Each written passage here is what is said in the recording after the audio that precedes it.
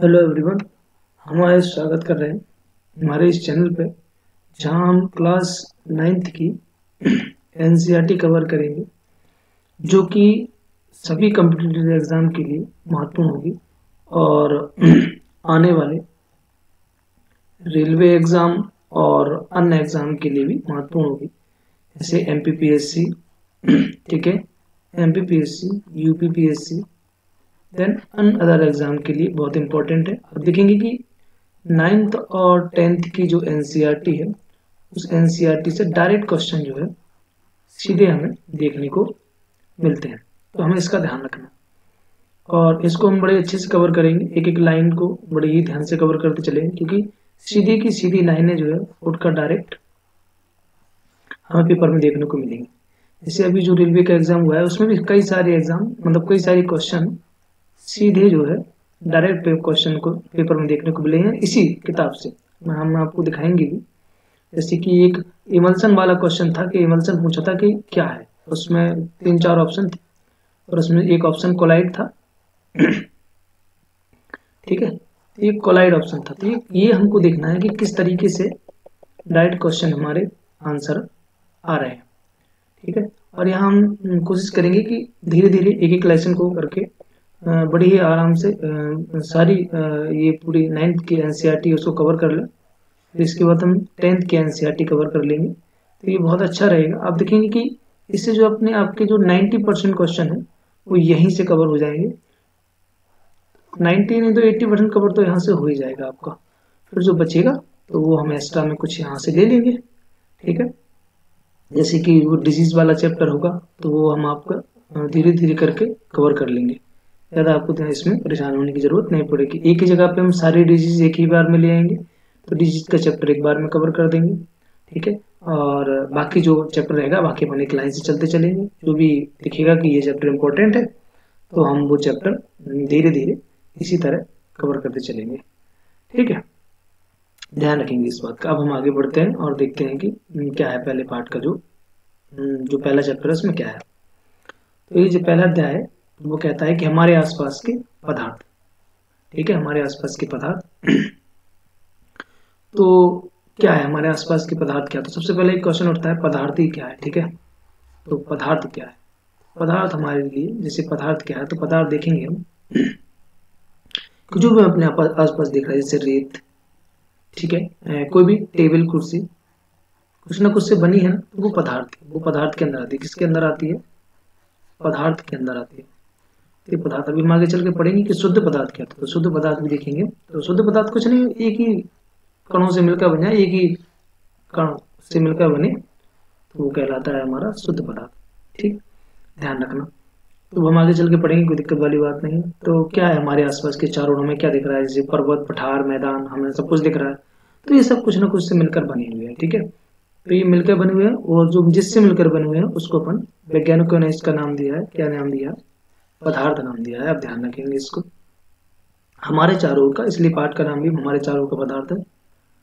ठीक है, तो ध्यान रखेंगे पदार्थ क्या है कि पदार्थ एक ऐसी चीज है जिससे सारी चीजें कुछ ना कुछ, मतलब जिससे हर चीज बनी हुई है। ठीक है, तो जिससे हर चीज बनी हुई है वो हमारा कहलाएगा पदार्थ। ठीक है, आगे बढ़ते हैं। क्या कह रहा है आगे हमसे? जैसे पदार्थ क्या, तो हमने आपको बताया कि पदार्थ क्या है कि पदार्थ जो है हमारे चारों ओर, जो भी हमारे चारों ओर क्या है, हमारे चारों ओर जो भी वस्तु दिखाई देते हैं, ठीक है, दिखाई देती है, पदार्थ कहलाती है। ठीक है, क्या कहलाती है? पदार्थ कहलाती है। पदार्थ कहलाती है, इसको ध्यान रखेंगे। तो पदार्थ क्या है कि जो भी हम चारों ओर देख रहे हैं अपने चारों ओर, उसको अपन पदार्थ कहेंगे। ठीक है, आगे देखेंगे। पदार्थ में कुछ गुण भी होते हैं। ठीक है, पदार्थ में क्या होते हैं? कुछ गुण होते हैं कि पदार्थों में, जैसे पदार्थ कुछ गुण है, उन गुण में से एक गुण है कि पदार्थ में रिक्त स्थान होता है। रिक्त स्थान मतलब जैसे अब हम देखेंगे कि स्पंज की बात करते हैं, स्पंज। ठीक है, तो स्पंज देखेंगे बना वो भी पदार्थ से मिलकर बना, देखो उसमें लेकिन बीच में गैप होते हैं। चलो और माइक्रो लेवल पर जाते हैं। इस तरह जल की बात करते हैं। किसकी बात करते हैं? जल। तो जल के अणु जो होते हैं, जैसे H2 से मिलकर बना होता है, तो इसमें भी गैप होता है बीच में। क्या होता है, इसमें बीच में गैप होता है। क्यों गैप होता है हमें कैसे पता लगा, हमने क्या किया, जैसे जल में हमने नमक को घोला, ठीक है, नमक को घोल दिया, ठीक, जिसमें हमने क्या किया, नमक को घोल दिया। अगर यदि हम नमक को घोल दिया तो नमक दिखेंगे कि उसमें पूरी तरीके से घुल जाता है, ठीक है, आपको दिखाई नहीं देगा कि नमक अब अलग नहीं करेंगे और जल अलग नहीं करेंगे, दिखाई समझ में नहीं। जैसे शक्कर, शक्कर आप पूरी उसमें घोल सकते हैं और आपको समझ में भी नहीं आएगा, तो ये पूरी तरह से विलीन हो जाता है। तो हमें इससे पता लगता है कि जो पदार्थ होता है उसमें क्या होते हैं, रिक्त स्थान होते हैं। क्या होते हैं, रिक्त स्थान होते हैं। तो अब जैसे दूसरी हम एक चीज और याद रखेंगे, जैसे दूसरा गुण है कि पदार्थ में कण निरंतर गतिशील रहते हैं। हम चाहे जौन सा पदार्थ ले लें, किसी भी पदार्थ की बात कर लें, जैसे हम ये पेन ले हुए, तो ये पेन भी किसी से मिलकर बना हुआ है, तो ये पेन जिससे मिलकर बना हुआ है, तो इस पेन में भी कुछ कण है। जो कण है वो पर्याप्त मात्रा में कंटिन्यूअसली निरंतर गतिशील हो रहा है, कंटिन्यूअसली चल रहा है।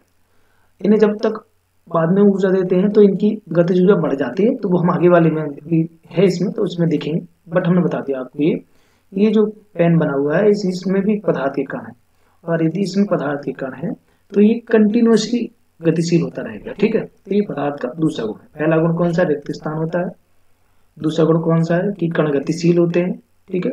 और तीसरा गुण है कि ये क्यों इतनी उससे बना हुआ है, तो तीसरा गुण यही कहता है, क्या कहता है, पदार्थ के गुण एक दूसरे को क्या करते हैं, आकर्षित करते हैं। इसी आकर्षण के कारण तो ये बना हुआ है। अगर इसमें कण में आकर्षण नहीं होता तो ये बिखर जाता अपने आप। तो ये आकर्षण के कारण ही इतना तेज बंधा हुआ है, तो ये कण एक दूसरे को आकर्षित भी करते हैं। तो मतलब हम समझे कि इनमें जो जैसे हमने जल का उदाहरण लेके आपको बताया कि जल के कणों में क्या होता है, रिक्त स्थान होता है। रिक्त स्थान होता है, रिक्त स्थान के साथ साथ हमें ये कण निरंतर गतिशील होते हैं, और निरंतर गतिशील होने के साथ साथ ये क्या होते हैं, एक दूसरे को आकर्षित करते हैं। तो हमें इन पदार्थीय गुणों को ध्यान रखना है। डायरेक्ट ऑप्शन में डायरेक्ट बन सकता है कि पदार्थ के निम्न में से क्या गुण नहीं होते। तो आपको ये 3 दिख रहे हैं, आपको और दिखेगा तो वो नहीं होगा, ठीक, 4 ऑप्शन बनेंगे। क्या रखें, मतलब पदार्थ में रिक्त स्थान होता है, इसको याद रखेंगे। पदार्थ के कण निरंतर गतिशील होते हैं, और दूसरी बात करेंगे तो पदार्थ के कण एक दूसरे को क्या करते हैं, आकर्षित करते हैं। इसको बड़े ध्यान से याद रखेंगे, ठीक है। आगे बढ़ते हैं। अब हम देखेंगे कि पदार्थ की कुछ अवस्थाओं के बारे में पढ़ना है। हमें क्या पढ़ना है, पदार्थ की अवस्था। जैसे हम आपको पहले बता दें, यहाँ पर पदार्थ की हम 3 अवस्थाएं तो यहाँ देख रहे हैं, लेकिन समय के साथ 2 और अवस्थाएं मिली हमें। जैसे एक अवस्था को हम नाम दे सकते हैं यहाँ से, उसका नया नाम है जो कि हम जानते हैं प्लाज्मा, ठीक है। और एक और में हम आपको मिलेगा जो कि हमें मिलेगा बोस-आइंस्टीन कंडेंसेट, बीईसी, ठीक है। ये पहले जो सत्येंद्रनाथ बोस थे, तो उन्होंने कुछ कल्पनाएं की थी सत्येंद्रनाथ बोस द्वारा, और उसी पर आधारित फिर अल्बर्ट आइंस्टाइन ने इसकी कुछ व्याख्या दी। तो अल्बर्ट आइंस्टाइन ने, ठीक है। और उसके बाद 2001 में वैज्ञानिकों द्वारा इस पर शोध किया गया और बोस-आइंस्टीन कंडेंसेट वाली अवस्था प्राप्त की। हम देखेंगे इसी में, अभी मिल जाएगा तो कोई बात नहीं, पर हमने आपको ये समझा दिया। तो यहाँ से ये क्या है कि हमें पता चल गया पदार्थ की जैसे पूछा तो कितनी अवस्थाएं हैं, तो 3 अवस्थाएं, 2 अवस्थाएं और आगे एक प्लाज्मा है, और एक टोटल 5 अवस्थाएं हो गई हैं, ठीक है। तो याद रखेंगे, मतलब पदार्थ को बांटेंगे तो 3 अवस्थाओं में बांटेंगे, ठीक है, ठोस, द्रव और गैस, ठीक है। ऐसा नहीं है, देखो अभी हम रासायनिक अवस्थाओं की बात करेंगे, ठीक है। लेकिन यहाँ जो है पदार्थ की भौतिक अवस्था है कि ठोस में बदल जाता, भौतिक मतलब उसका आकार चेंज हो जाए, रसायन मतलब उसकी केमिकल प्रॉपर्टी चेंज हो जाए। तो हम भौतिक अवस्थाओं के बारे में बात कर रहे हैं। जब हम केमिकल प्रॉपर्टी की बात करेंगे तो वहां पे भी हम देखेंगे किस तरीके से पदार्थ, जैसे कि तत्व, यौगिक, मिश्रण करके हम ऐसी चीजें पढ़ेंगे, ठीक है, एलिमेंट है ना, कंपाउंड एंड मिक्सचर, तो वो उसकी केमिकल प्रॉपर्टी हो जाती है। तो केमिकल प्रॉपर्टी अभी नहीं देख रहे हैं, अभी हम देख रहे हैं केवल भौतिक अवस्था है, समझ गया। तो देखते हैं हम आगे। तो ये ठोस जो है, ये ठोस है, ठीक है। एक अवस्था द्रव है और एक अवस्था गैस है। इतना आपको आ गया समझ में। पदार्थ की 3 अवस्थाएं हैं, चौथी प्लाज्मा है और 5वीं बोस-आइंस्टीन कंडेंसेट है, ठीक है। चलिए आगे बढ़ते हैं, ठीक है। तो अब हम ध्यान से इन चीजों को पढ़ेंगे, बहुत ही ध्यान से पढ़ना है क्योंकि यहाँ से सीधे सीधे क्वेश्चन पेपर में आते हैं, ठीक है, ध्यान रखें। तो यहाँ जैसे हम बात करते हैं, जैसे हम एक उदाहरण आपसे ले लेते हैं, जैसे यहाँ कह रहे हैं सभी ठोस के उदाहरण, तो हम यहाँ पे 2-3 उदाहरण आपको देते हैं। जैसे कि एक उदाहरण का नाम हम लेते हैं, जैसे कील हो गया, ठीक है, किताबें हो गई, ठीक है। तो कील किताबें, ये क्या है, ये ठोस के उदाहरण। हम देख सकते हैं इन सभी का आकार निश्चित है, सीमाएं स्पष्ट है, आयतन भी स्थिर। किताब का आयतन बदलेगा तो नहीं बार बार, तो किताब का आयतन भी स्थिर है। ठीक है, इनकी संपीड़न नहीं होती, ऐसा नहीं कि कील को बहुत तेज दबा दो तो वो मतलब एक, वैसे हाइड्रोलिक प्रेशर से आप दबाओगे तो वो बहुत अलग हो जाएगी, लेकिन यहाँ पे जो है ऐसे हम अगर उसको प्रेशराइज करते हैं तो संपीड़ित का क्या है, नगण्य, संपीड़ित नहीं होती, मतलब ये कंप्रेस नहीं होते। ठीक है, ध्यान रखना, ये कंप्रेस नहीं होंगे। अगर कंप्रेस नहीं होंगे और आगे देखो क्या बताते हैं, मतलब ये किसकी होता है, हमें ठोस की विशेषताएं पता चल रही है यहाँ से अगर ध्यान से देखें तो, कि आकार निश्चित ठोस का, सीमाएं स्पष्ट है। ठीक, यहाँ ठोस की बात कर रहे हैं, तीन प्रकार की पढ़ना, तो यहाँ हम ठोस की बात कर रहे हैं, ध्यान रखेंगे। तो ठोस की हमें कुछ गुण मिल रहे हैं, प्रॉपर्टी मिल रही है कि उनका आकार निश्चित है, सीमाएं भी निश्चित है, ऐसा नहीं है सीमाएं निश्चित नहीं है, सीमाएं भी निश्चित है, स्थिर आयतन है और संपीड़ितता नगण्य। इस चीज को बड़े ध्यान से देखें। बाह्य बल लगाने पर भी ठोस अपने आकार को बना रखता है, ऐसा नहीं कि जैसे बाहर से भी किसी चीज को, जो ये हमने कील मानी, किताब मानी है, अगर हम उसको प्रेशराइज करते हैं तो फिर भी वो अपना आयतन बनाए रखेगा, और ये आयतन बनाए रखना ही कहलाता है, मतलब बनाए रखने की जो जो जो जो ये बनाए रखते हैं उनको अपन क्या कहते हैं, ठोस कहते हैं। जैसे वो कहते हैं अगर और ज्यादा बल लगाएंगे, जैसे बल लगाने पर भी ठोस अपने आकार को बनाए रखता, लेकिन सीमा से अधिक बल लगा देंगे, अब जैसे हाइड्रोलिक प्रेशर से कील को दबा देंगे तो टूट जाएगी। ठीक, किताब के ऊपर हम प्रेशर ज्यादा लगा देंगे तो फिर वो इससे टुकड़े टुकड़े हो जाएंगे इसके। तो वही वो कह रहा है कि बल लगाने पर ठोस टूट सकते हैं, क्या हो सकते हैं, ठोस टूट जाएंगे। ठीक है, ध्यान रखना। तो ये यहाँ से हो जाएगा, तो ठोस टूट सकते हैं, लेकिन वो कह रहे हैं इनका आकार नहीं बदलता। तो मैं पहले पढ़ चुके कि आकार कैसा है, इसका आकार निश्चित है, लेकिन वो कहते हैं इनका आकार नहीं बदलता, इसलिए दृढ़ होते हैं।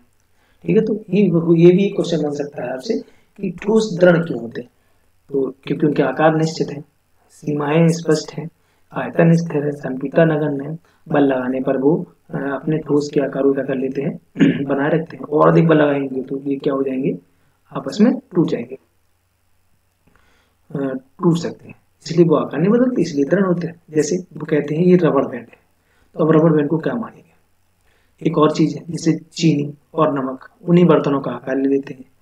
स्पंज क्या है, तीनों के बारे में बताना है, देखेंगे हम। तो वो कहते हैं कि ये सभी ठोस है, क्या है, ये सभी ठोस है। कौन कौन, रबड़ बैंड हो गया तुम्हारा। अब आप ये कंफ्यूज हो सकते हैं, अरे सर ये तो रबड़ जो है खिंच जाती है, ठीक है, स्पंज तो दब जाता है, ठोस कैसे है सर, तो ठोस ऐसे है कि देखो एक तो बल लगाओगे तो अपना आकार चेंज नहीं करेगा, जैसे आप आकार चेंज कर छोड़ दोगे तो वो अपने वापस आ जाएगी। जैसे रबड़ है, रबड़ को आप खींचेंगे, खींचने के बाद क्या होगा कि आप उसे छोड़ देंगे तो ये फिर वापस आ जाएगी, और अगर ये वापस आ जाती है तो फिर ये क्या नहीं रह जाती है, मतलब फिर ये ठोस बन जाती है। तो इसी तरह हम इसको देख रहे हैं, जैसे कि रबड़ बैंड, तो रबड़ बैंड यहाँ देखो, वो कहते हैं बाह्य बल लगाने पर जो रबड़ बैंड का आकार है वो बदलता है, और बल हटा लेने पर पुनः अपने मूलाकार में आ जाता है।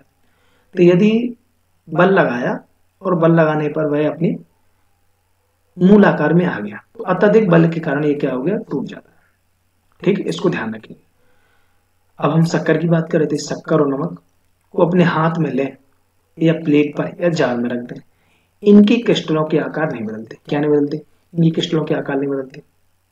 ऐसे रख दो, अब शक्कर को आप घर में देखते हैं लाए और रखी हुई है तो अपने आप तो चेंज नहीं होगा, नमक अपने आप तो चेंज नहीं होगा, तो वो कह रहे हैं कि रखे रहने पर अपने आकार को नहीं बदलते, और जो अपने आकार को नहीं बदलते हैं वो कहलाते हैं ठोस। ठीक है, स्पंज भी, स्पंज की बात करें साहब, तो स्पंज कैसा है भैया, तो स्पंज कहता है कि स्पंज में बहुत छोटे छोटे छिद्र होते हैं, सीधी सीधा जो फॉर्म होता है उसमें बड़े छोटे छोटे छिद्र होते हैं। ठीक है, तो जिनमें वायु का क्या होता है, समावेश होता है। अब छोटे छोटे गैप है, वायु का समावेश है, उसके अंदर वायु भरी हुई है, जैसे दबाया तो वायु निकल गई तो क्या हुआ, वो दब गए। तो अब उन्होंने आकार चेंज तो किया, लेकिन जैसे आप छोड़ेंगे तो वैसे ही वापस वायु आ जाएगी, तो फिर से वो अपनी जगह पे आ जाएंगी। तो वो कहते हैं जब हम इसको दबाते हैं तो भी वायु बाहर निकल जाती है, जिससे इसका संपीड़न संभव हो पाता है। तो यही तो पूछा था यहाँ पे, स्पंज क्या है, क्या ये ठोस है, हाँ है, ये ठोस है, लेकिन फिर भी संभव है। क्यों, क्यों संपीड़न संभव है, क्योंकि उसके अंदर वायु भरी हुई है, कुछ बीच में छिद्र है, छिद्र में वायु भरी हुई है, दबाएंगे तो वायु बाहर निकल जाएगी, और जैसे वायु बाहर निकल जाएगी तो हम कह देंगे हाँ इसका संपीड़न संभव है। संपीड़न किसका संभव हो सकता है, जिसके अंदर वायु भरी हो, दबा दो उसको तो मतलब दब जाए, तो ये क्या हो जाएगा, संपीड़न हो जाता है। तो हमें ये पता चल गया कि स्पंज में संपीड़न संभव है, विभिन्न आकार के जो चीनी रखी जाएगी तो वो अपने आकार को चेंज नहीं करेगी, तो वो भी ठोस है। रबड़ वो भी ठोस है। कंफ्यूज नहीं होना है, रबड़ ठोस है वरना आप रह जाओ। ठीक है, ध्यान रखेंगे इस चीज को। आगे बढ़ते हैं। अब हमें पढ़ना है, तो हमने ठोस के बारे में जानकारी ले ली है। तो ठोस क्या है फिर से अपन एक बार इसको देख लेते हैं। यहाँ आप देखेंगे हमने पढ़ा हुआ है, आकार निश्चित है, सीमाएं स्पष्ट हैं, आयतन लगभग स्थिर है, संपीड़ितता भी नगण्य है, बल लगाने पर टूट जाते हैं, अपने आकार को नहीं बदलते, दृढ़ होते हैं। तो ये सारे ठोस के उदाहरण मतलब प्रॉपर्टी है। ठीक है, और ये दो तीन उदाहरण लिए हैं उन्होंने कि रबड़ और बर्तन वाला स्पंज। तो विशेष ध्यान रखेंगे, स्पंज और रबड़ को तो बहुत ध्यान से आप ध्यान रखेंगे कि ये क्या है, ये एक प्रकार के ठोस है। ठीक आगे अब हम पढ़ना है द्रव अवस्था के बारे में। ठीक है, किसके बारे में पढ़ना है, द्रव अवस्था। तो द्रव अवस्था क्या है कि जो तरल है, मतलब जो बह सके, जिसमें फ्लो होता है, हम उसको द्रव कहेंगे। वैसे नहीं कि पानी द्रव अकेला कहेंगे, जिस भी चीज में फ्लो हो सकता है वो क्या बन जाएगी, द्रव बन जाएगी। ठीक है, आप इस चीज को ध्यान रखेंगे। अब जैसे कि अब हमसे क्या कह रहा है, परीक्षण से हम पाते हैं, जैसे यहाँ लिखा हुआ है कि परीक्षण से हम पाते हैं कि द्रव आकार नहीं बदलता लेकिन आयतन निश्चित होता है। द्रव में क्या है, द्रव आकार चेंज नहीं करता, अपने आप आकार चेंज नहीं करेगा, आकार चेंज नहीं करता। और क्या है, वो कहते हैं कि जिस बर्तन में न डालो, ऐसे द्रव अपने आप आकार चेंज करेगा नहीं, जिस चीज में, जिस बर्तन में न डालोगे उसी का आकार ले लेंगे। ठीक है, उसी का क्या ले लेंगे, आकार ले लेंगे, आकार ले लेते हैं। ठीक है, ले लेते हैं। तो आप इस चीज को ध्यान रखें। एक चीज और याद रखें भैया, जैसे भी हम लिख रहे हैं इसको प्रॉपर एक एक लाइन में एक एक ऐसे बनाते चलेंगे, साथ साथ हम भी लिखते चलेंगे और आप भी लिखते चलेंगे। ध्यान रखें इसलिए, क्योंकि आप इसका पढ़ने का फायदा तभी है जब आप प्रॉपर नोट्स बना लेंगे। ठीक है, बाकी हम भी इसमें आपको प्रोवाइड करा देंगे नोट्स, और जो बनाए हुए हैं मैंने खुद ही, तो वो भी दे देंगे। बट फिर भी आप अपने आप से बनाइए, क्योंकि अपने आप के नोट्स बहुत इंपॉर्टेंट होते हैं, जल्दी याद हो जाते हैं। ठीक है, बार बार पढ़ने पर समझ में आता है, क्योंकि खुद ने लिखे होते हैं तो वो समझ में आते हैं। ठीक है, चलिए द्रव अवस्था के बारे में पढ़ रहे थे। द्रव क्या है कि वो कहते हैं अपना आकार चेंज नहीं करता, तो याद रखना है इस चीज को। दूसरा, ये एमपीपीएससी में सीधे और मतलब लाइन बाय लाइन उठा के पूछ लेते हैं। ठीक है, कई क्वेश्चन हम आपको दिखाएंगे आगे चल के अभी, तो देखना आपकी किस तरह से क्वेश्चन डायरेक्ट आया हुआ है। अब वो कहते हैं कि इन्हें जिस बर्तन में डाला है तो उसी का कर लेते हैं। वो कहते हैं द्रवों में भाव होता है, तो ये भी एक इसकी प्रॉपर्टी है। द्रवों में क्या होता है, भाव होता है। नेक्स्ट, वो कहते हैं लेकिन दृढ़ नहीं होते, तो ये दृढ़ नहीं होते भैया, ध्यान रखें, दृढ़ नहीं होते। अगर दृढ़ नहीं होते तो इसको ध्यान रखना है, तरल होते हैं भाई साहब, तभी तो ये बहते हैं। इसलिए तो एक क्वेश्चन होता कि द्रव तरल होते क्यों, क्योंकि इनमें भाव हो सकता। हमसे पूछते कि द्रव जो है तरल होता क्यों, क्यों होता, क्योंकि भाई उसमें फ्लो हो सकता, तो फ्लो हो जाएगा तो हम कह देंगे भैया वो द्रव है। ठीक है, और जिस बर्तन में डाला उसी का आकार भी ले लेंगे। तो ये क्या है कि ये द्रवों के गुण है। और आगे पढ़ते हैं, वो कहता है हमने देखा कि ठोस द्रवों का मिश्रण द्रवों में संभव है। मतलब ठोस और द्रव, तो मिश्रण मतलब क्या होगा, मिश्रण मतलब होता है फैलना। कैसे, देखो क्या, एक तो मैं एक अपन उदाहरण लेते हैं, अभी भी आगे ही मिलेगा बट यहाँ भी कवर कर लेते हैं उसको। देखो मिश्रण क्या है, इस तरह घर में खाना बनना, मान के चलो, तो अगर घर में खाना बन रहा है तो उसकी जो सुगंध आती है, गंध होती है, तो वायु के साथ, हम देखो हम पहले आप पढ़ चुके कि जो पदार्थ है उसमें कुछ ना कुछ रिक्त स्थान होते हैं, तो वायु जो घर में जो खाना बन रहा, जो गंध आ रही, वो वायु के साथ मिल जाएगी। किसके साथ मिल जाएगी, वायु के साथ, वायु के साथ मिलेगी। और गैसों में क्या होता है कि गैस के जो अणु होते वो तो एक तो अनियमित गति करते और साथ साथ बहुत तीव्र गति करते। तो ये जो वायु के कण होते, वायु के कण इस गंध को साथ ले जाते और बहुत जल्दी जो खाने की गंध होती वो हम तक पहुंच जाती है। जैसे घर में कुछ अच्छा बन रहा था, तो जैसे हम घर के अंदर प्रवेश करते, हम कहते हैं कि आज बहुत अच्छा खाना बन रहा है, आज क्या बना रहे हैं आप, मतलब है ना, तो कैसे पता लग जाता, ये क्या करता है कि वायु अपने साथ, ऐसे समझ को जैसे वो नहीं होता ट्रक जैसा काम, वायु है वो एक ट्रक का काम कर रही है, उसके अंदर आके जो गंध है बैठ गई, और बैठ गई तो वो आगे क्यों लेके चली गई। तो ये तरीका क्यों, क्योंकि वो जो वायु के कण होते हैं बहुत स्पीड से गति करते हैं, तो बहुत तेजी से गंध फैलती है। ठीक है, खाने की अच्छी खुशबू हो तो वो तुरंत फैल जाती है, इसको याद रखेंगे। तो ये क्या काम, ये कहलाता है विसरण, फैलना, ले जाना, है ना, तो ये विसरण कहलाता है, ये विसरण कहलाता है। और वो कह रहे हैं ठोस और द्रव का विसरण द्रवों में संभव है। मतलब ठोस ठोस का द्रव में भी संभव है और द्रव का द्रव में भी संभव है। ठीक है, याद रखिए, ठोस का ठोस में संभव, द्रव में संभव है, मिश्रण संभव है, और द्रव का द्रव में मिश्रण संभव है। यहाँ से आप एक लाइन और भी याद रखेंगे कि जो गैसों में विसरण की दर होती, गैसों में जो विसरण की दर होती वो ठोस और द्रव से ज्यादा होती। ठोस व द्रव से क्या होती? ठोस व द्रव से ज्यादा होती। तो इस चीज को याद रखेंगे कि फिर से हम यहाँ पे लिख देते हैं अच्छे से कि जो गैसों में विसरण है, गैसों में विसरण की दर, गैसों में विसरण की दर, विसरण की दर ज्यादा होती है किससे? द्रव व ठोस से। ठीक, द्रव व ठोस से, यहाँ देखो इस चीज को याद रखेंगे। ठीक है, आगे जैसे आगे कहते हैं वातावरण की गैसें विसरित होकर जल में घुल जाती हैं। ठीक है, तो अब वायु देखो जो जल में घुल गई तो जल में घुल जाती ठोस, और मतलब ये याद रखें कि द्रव का द्रव में विसरण संभव हो सकता, ठोस का द्रव में संभव हो सकता। ठीक है, इस चीज को याद रखना, मतलब संभव की बात कर रहा, बाकी तो गैस में तो है, कोई दिक्कत है ही नहीं उसमें। आगे वो कहते हैं ये गैस है ये गैस है विशेषता ऑक्सीजन एवं कार्बन डाइऑक्साइड जलीय जंतु के लिए अनिवार्य होती है। ठीक है, ध्यान रखना, हमें ऑक्सीजन का फॉर्मूला आना चाहिए O2, कार्बन डाइऑक्साइड का CO2, इसको याद रखेंगे। बाकी अभी अपन जब आगे पढ़ते चलेंगे तो सारी चीजें कवर हो जाएंगी। अब सभी जीवधारी जीवन निर्वाह के लिए सांस लेते हैं, बिल्कुल। जलीय जंतु जो है जल में घुली ऑक्सीजन लेते हैं, बिल्कुल। इस तरह से हम निष्कर्ष निकाल सकते हैं कि द्रवों में ठोस, द्रव, गैस तीनों का विसरण संभव है, मतलब द्रवों में तीनों का संभव है। अपन ने यहाँ पे क्या पढ़ा, ध्यान रखेंगे, ठोस और द्रव का विसरण द्रवों में संभव है, द्रवों में तीनों का संभव है। तो एक यहाँ से भी एक लाइन बनती है कि द्रवों में जो है यहीं के लिख लेते हैं कि द्रवों में जो है द्रवों में, यहाँ पे एक नया ले लेते हैं कि द्रवों में तीनों का विसरण संभव है, मतलब ठोस, द्रव, गैस तीनों का विसरण संभव है। तीनों का विसरण क्या है? संभव है। आगे ठोसों की अपेक्षा द्रवों में विसरण की दर अधिक होती है। ठीक है, ठोसों की अपेक्षा द्रवों में, तो ठोस की अपेक्षा द्रवों में ज्यादा है और सबसे ज्यादा गैस में है, ये बता ही चुके।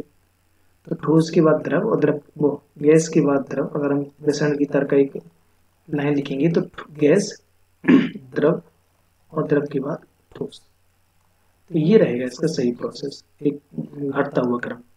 ठीक है, एक द्रव गैस में सबसे ज्यादा, द्रव में उसके बाद और ठोस में सबसे उसके बाद। अब वो कहते हैं ऐसा क्यों होता, मतलब द्रवों में ठोसों की अपेक्षा द्रवों में विसरण दर क्यों होती? क्योंकि द्रव की अवस्था में कण स्वतंत्र रूप से गति कर सकते हैं और ठोस की अपेक्षा द्रवों में कण रिक्त स्थान भी होता है। तो वो कहते हैं ठोस के कोई कण पास पास रहते हैं और द्रवों में कण थोड़ी तो दूर रहते ही, वैसे गैसों में सबसे ज्यादा दूर रहते, तो वो ज्यादा तेज स्वतंत्र रूप से गति कर सकते, तेज गति कर सकते, इसलिए हम कहते हैं कि द्रवों में जो है विसरण ज्यादा तेज संभव है। अब बात करने हैं अपन को द्रव की, तो द्रव में ठोस से तो ज्यादा स्वतंत्र कण होते ही, क्योंकि बहुत दूर दूर थे, तब तो फ्लो कर रहे हैं, तो ठोस से ज्यादा दूर कण होते तो वो कण गति करते हैं, और कण गति करते हैं तो फिर जो है उनमें जो है तेज, मतलब ठोसों से ज्यादा विसरण की दर होती। और ठोस के कण क्या होते, सब पास पास होते, जो अणु होते, कण होते, वो बहुत पास पास एक आकर्षण बल द्वारा बंधे रहते, और यदि वो आकर्षण बल द्वारा बंधे रहेंगे तो गति नहीं कर पाएंगे, और गति नहीं कर पाएंगे तो फिर होती तो है बट उतनी नहीं हो पाती, तो ठोसों में उतनी तेज जो है विसरण नहीं होता। तो हम देखते हैं कि गैस में सबसे ज्यादा विसरण, फिर द्रवों में, और फिर उसके बाद ठोस में विसरण की दर पाई जाती है। ठीक है, अब इसको ध्यान रखेंगे। वो कहते हैं बाकी, ठीक है, आगे समझो, आगे देखते हैं। अब गैसीय अवस्था पड़ी रहती है, ठीक है, द्रव अवस्था होगी, अब आगे अपन गैसीय अवस्था के बारे में आ गए। हमने देखा कि ठोसों एवं गैसों की तुलना में, ठोसों एवं द्रवों की तुलना में गैस में संपीड़ितता होगी। तो गैस में क्या है कि संपीड़ितता, सीधी सी बात है, हाँ बिल्कुल सही बात है कि संपीड़ितता जो है गैस में ज्यादा, गैस को ज्यादा दबाया जा सकता। जैसे हमारे घर में LPG सिलेंडर आते, अब गाड़ियों में CNG चलने लगी, तो क्या किया जा रहा है वहां पे, LPG को कंप्रेस किया जा रहा। क्या किया जा रहा? कंप्रेस किया जा रहा। कंप्रेस करने पे क्या हो रहा, और कंप्रेस करने से इसके साथ दो चीजें और की जाती हैं। जब जैसी कंप्रेस करते हैं तो दाब बढ़ाते हैं, P बढ़ाते हैं, और ताप को थोड़ा कम करते हैं। ठीक है, याद रखना इस चीज को, दाब को बढ़ाएंगे, P दाब को डिनोट करता है, T ताप को, ध्यान रखना। तो P को बढ़ाते हैं, जैसे P को बढ़ाएंगे तो ताप कम और ताप कम करेंगे, तो P बढ़ाएंगे ताप करेंगे, ताप कम करेंगे तो तुरंत जो गैस होती है ना वो द्रव में बदल जाती है और फिर उसको लिक्विड करके एक स्थान से दूसरे स्थान तक ले जाया जा सकता, वरना गैस कैसे ले जाएंगे, है ना। आई बस फिर से याद रखेंगे इसको कैसे, हम क्या बता रहे हैं कि पहले जो एलपीजी गैस होती है उस गैस को कंप्रेस किया जाता, संपीड़ित किया जाता।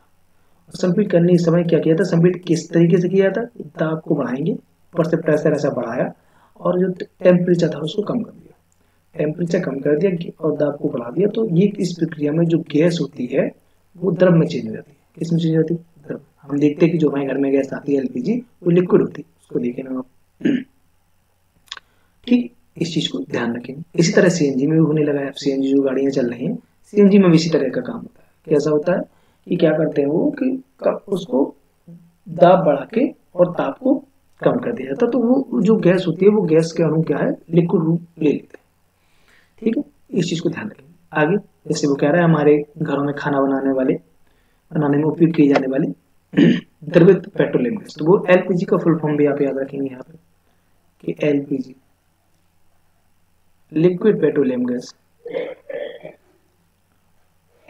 लिक्विड पेट्रोलियम गैस, ठीक। सीएनजी भी कंप्रेस नेचुरल गैस, इसको भी याद रखेंगे, कंप्रेस्ड नेचुरल गैस, ठीक। फुल फॉर्म भी पूछ लेते हैं सीधे सीधे, तो इसको भी ध्यान रखेंगे आप। अब तो वो कहते हैं हमने इनकी फुल फॉर्म बताई थी आपको, संपीड़ितता काफी अधिक होने के कारण गैस के अत्यधिक आयतन को कम आयतन वाले सिलेंडर में संपीड़ित किया जा सकता, मतलब जैसे गैस जब दूर दूर रहती है ना तो उसका आयतन ज्यादा रहता, ठीक है। जैसे हम आपको भी एक आगे मिलेगा जिसमें देखते हैं, देखो लगा होगा, ठीक है। इसको अरे शायद नहीं लग पाया, कोई बात नहीं, यही अपन इसको कर लेते हैं, कोई बात नहीं, ठीक है। इससे हम क्या करते हैं आपको बना के दिखाते हैं। जैसे हमने ये एक ठो दो ठो हमने एक बीकर टाइप लिया, ठीक है। ऊपर से यहाँ पिस्टन लगा रहे हैं, ध्यान रखना। तो हमने क्या किया कि यहाँ से ऊपर पिस्टन लगा के इसके ऊपर दाब बढ़ाएंगे। पहले ये कण जो थे वो इतने दूर दूर थे, ठीक है। देखो जितना जितना जगह घेरेगी उतना आयतन ज्यादा होगा गैस का, तो ये देखो इतना सारा चीज उसने घेरी तो इसका आयतन हमें समान दिया। अब हमने क्या किया, ऊपर से प्रेशर बढ़ाया। अब हमने प्रेशर बढ़ाया तो जो पहले आपका जो कण बहुत दूर दूर थे अब भी बिल्कुल कैसे आ गए, पास पास आ गए, और कम स्थान घेरा उन्होंने, कम जगह में आ गए सारी चीज, तो आयतन क्या हो गया, यहाँ पर आयतन कम हो गया, यहाँ आयतन ज्यादा है और यहाँ पे आयतन कम है। देखो क्या कह रहे हो, तो वो कह रहे हैं कि बहुत ज्यादा जो आयतन वाली गैस है उसको कंप्रेस करके छोटी वाली चीजों में भरा जा सकता है। जैसे अब हम गैस अगर 15 लीटर वाला जो अपनी एलपीजी सिलेंडर का आता है, अगर उसमें उसको कंप्रेस करके ना भरा जाता तो वो उसमें आती नहीं गैस पूरी, ठीक है। हम क्या कर रहे हैं, उसको कंप्रेस कर दे रहे हैं अच्छी तरीके से। कंप्रेस करने के बाद क्या हो रहा कि हम बहुत ज्यादा आयतन वाली गैसों को छोटी सी जगह में भर के एक स्थान से दूसरे स्थान तक ले जा पा रहे हैं। इस चीज को याद रखेंगे। आगे हमारी नाक तक, जैसे हमने वो आपको एक उदाहरण दिया ही था कि हमारी नाक तक पहुंचने वाली गंध बिना रसोई में प्रवेश के ही हम जान जाते हैं कि क्या पकाया जा रहा है। कैसे, वो कहते हैं खाने की गंध के कण जो होते हैं वायु मिल जाते हैं और रसोई से फैलकर हम तक पहुंच जाते हैं। यह गंध कण और भी दूर जा सकती है। पके हुए गर्म खाने की महक हमारे पास तक कुछ क्षण में पहुंच जाती है। इसकी तुलना ठोस एवं द्रवों के विषय से करें। कणों की तेज गति और अत्यधिक रिक्त स्थानों के कारण गैसों का अन्य गैसों मतलब में विसरण बहुत तीव्रता से होता है। तो गैस का अन्य गैसों में विसरण और तीव्र से होता है। खाने की गंध भी गैस बनाती और ये भी गैस है, तो गैस का गैस में विसरण और तेजी से होता है, ध्यान रखें, बड़ी तीव्रता से होता है, ठीक है। नेक्स्ट हम आगे बढ़ेंगे। जैसे इस तरीके से हमने बताया यहाँ पे क्या कि ये ठोस है, तो ठोस के कण दिखाया उन्होंने, देखो कितने पास पास है, ठीक है। अब यहाँ क्या है, ये द्रव है, तो द्रव्यों के कण ठोस से तो थोड़ी दूर है और हमने देखे कि ये गुब्बारे में गैस भरी हुई थी, इसके कण बहुत दूर थे। तो जो ज्यादा दूर है वो ज्यादा अनियमित गति करेंगे, अधिक स्वतंत्र होंगे, और अगर अधिक मतलब ज्यादा देखो जितने दूर है तो दूरी ज्यादा है, कणों की दूरी ज्यादा है, तो ये क्या होंगे, अनियमित गति उतनी तेज करेंगे, अनियमित गति उतनी ज्यादा करेंगे, स्वतंत्र उतने ज्यादा होंगे।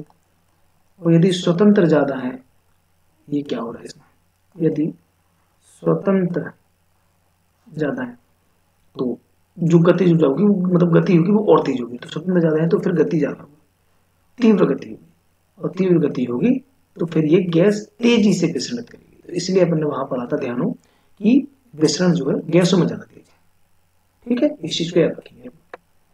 नेक्स्ट आगे बढ़ते हैं। वो कह रहे हैं गैसीय अवस्था में कणों की अनियमित गति और अधिक तीव्र होती है। बिल्कुल यही पढ़ रहे थे। इस अनियमित गति के कारण एक कण आपस में बर्तन की दीवार से टकराते हैं, बिल्कुल टकराते हैं, और बर्तन की दीवार पर गैस के कणों द्वारा प्रति इकाई क्षेत्र पर लगाया गया बल के कारण गैस का दबाव बढ़ता है। मतलब वो ये कहना चाह रहे कि जैसे ये कोई बर्तन है और अगर इसमें गुब्बारे बहुत दूर दूर तक, मतलब जैसे गुब्बारा है या कोई प्रकार का बर्तन है, तो उसमें कण भी बहुत दूर दूर, मान के चलो प्रेशर नहीं लगाया था, तो अगर प्रेशर नहीं लगाया था तो कण दूर दूर थे, कण दूर दूर थे, तो वो कहते हैं अनियमित गति ज्यादा करेंगे। गति ज्यादा करेंगे तो बर्तन की दीवार से तेजी से टकराएंगे, तेजी से टकराएंगे तो मान के चलो ये एरिया इतना ले लिया हमने, इस एरिया पे जो कण आ रहे थे वो प्रति इकाई क्षेत्र में आ रहे थे। ठीक है, कणों की संख्या है ना, प्रति बर्तन की दीवार बर्तन की दीवार पर गैस कणों द्वारा, तो गैस के कण द्वारा प्रति इकाई क्षेत्र पर लग गया बल। प्रति इकाई क्षेत्र पर बल कहलाता है जो दाब का फॉर्मूला होता बल बटे क्षेत्रफल। ठीक है, एफ बटे। तो ए हो गया एक इकाई क्षेत्रफल, 1 मीटर स्क्वायर। तो वो करे 1 मीटर स्क्वायर पर लगने वाला बल क्या कहलाएगा, दाब। और ये ज्यादा हो जाता क्योंकि ज्यादा तेजी से बल लगाते, तो जब बल ज्यादा हो जाता तो प्रति इकाई क्षेत्रफल पर लगने वाला बल भी ज्यादा हो जाता, तो वो कहता दाब भी बढ़ जाता। ठीक है, क्या बढ़ जाएगा, दाब बढ़ता। तो ये क्या हो जाता, गैस दबाव बनाती है। तो ये यहाँ से क्वेश्चन बनता कि जो है गैस जो है बर्तन की दीवारों पर बल लगाती है या अधिक दाब लगाती है, क्यों? तो ये उसका यहाँ से आंसर हो सकता है। ठीक है, याद रखेंगे इसको। नेक्स्ट आगे बढ़ते हैं।